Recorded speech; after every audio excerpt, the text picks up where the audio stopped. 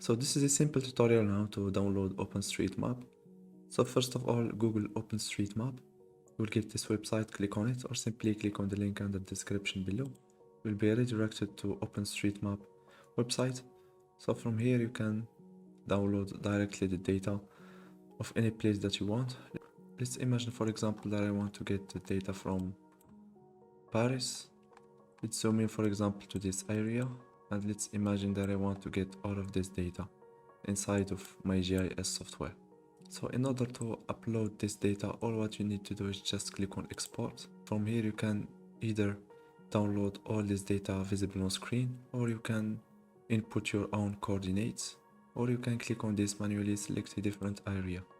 So here you can play with it using your mouse and specify the area that you want.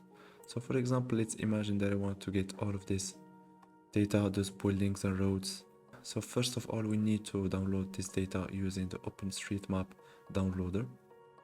So after specifying your area of interest, just click on export.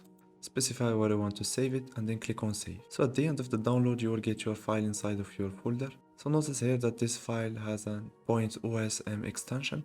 So in order to read this file, the best option is to use QGIS. So after opening QGIS, we are going to import our OSM file, and this option is available in QGIS under layer, and then go to add layer and click on add vector layer.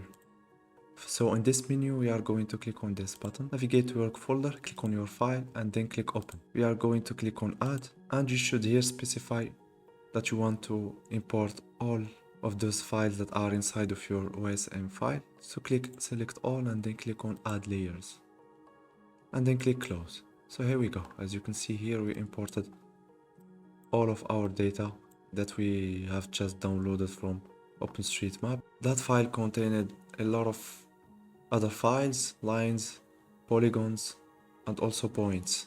That's the easiest way to import data inside of QGIS directly from OpenStreetMap. I hope that you got some useful information from this tutorial. Please like it and subscribe if you want to get more tutorials.